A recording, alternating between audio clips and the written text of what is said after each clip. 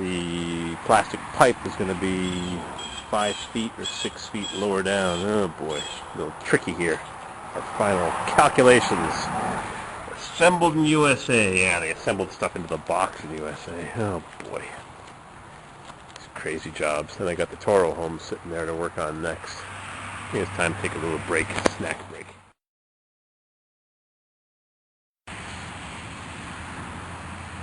These little gizmos here protect the pipe from the wire from abrading and chafing, so got a whole bunch of them. I'm going to run them down now. You're supposed to use bare wire that's not got insulation around it, but this is what I had, so it's 8 gauge I think.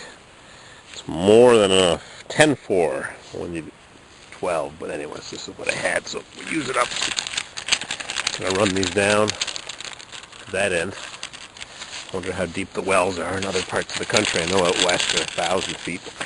I'm only 74 feet. Some people go 250 in this area of the Adirondacks. A lot of sand in the ground here, but whatever. I got lucky. Run a few of these down and we'll drop that thing down real soon. Oh boy, what a mess. Right. I'll fix her up. We'll get this pump working tonight. See you in a bit. Alright. How's our sun timer? Oh boy, hungry and cold. Well.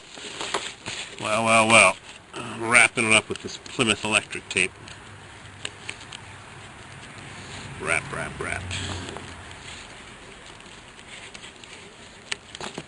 Don't want anything abrading when it's in the hole. On the steel casing, this pump turns on and off every time the 20-gallon drawdown tank gets drawn down.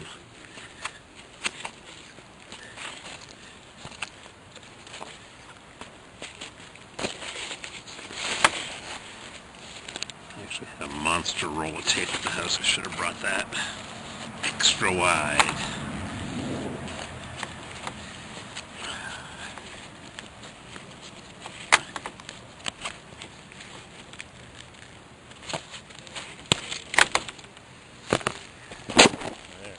Alright, it's all taped up. I ran out of tape. Got to speak to my friend the lineman and have him bring me more. Bishop Plymouth insulating products. Nice stuff. No safety cord string.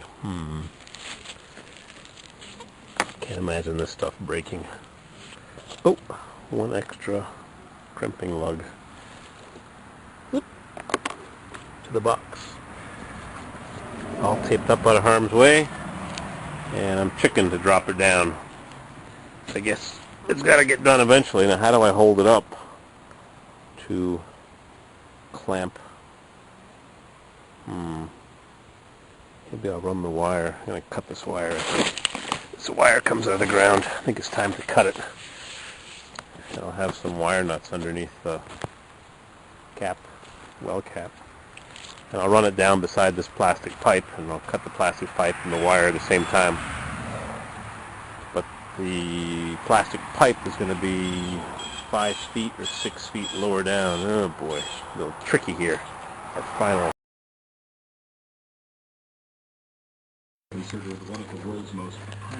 progress report. I crimped on these lead or steel or soft, malleable gizmos.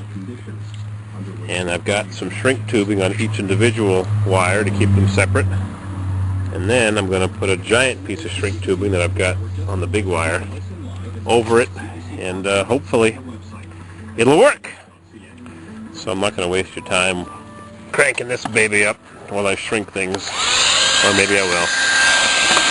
Make sure I have this located properly. I was going to use silicone, but I don't think I have to. Got a little cut in the wire there, but they'll be underwater for the rest of their life, so let's see what happens with this. Shrink tubing.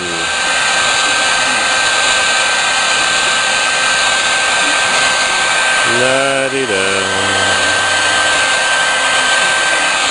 Boring.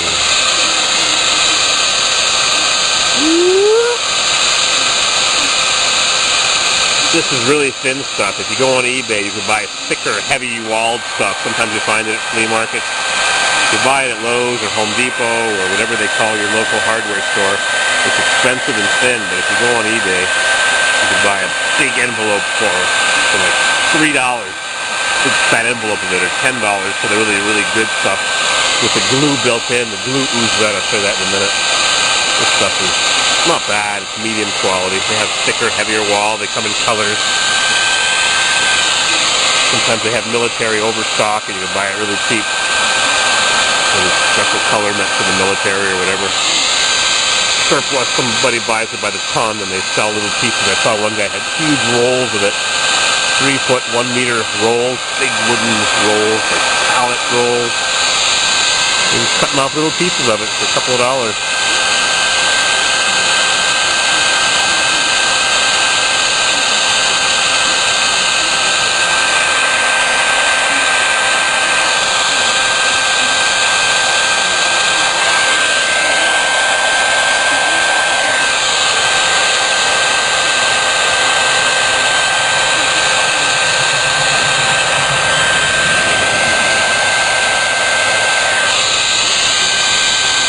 You gotta keep the heat moving, you don't want to burn it.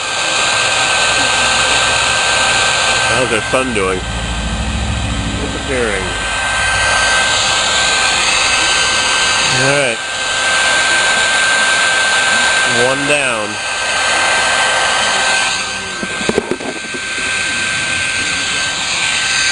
Two more to go.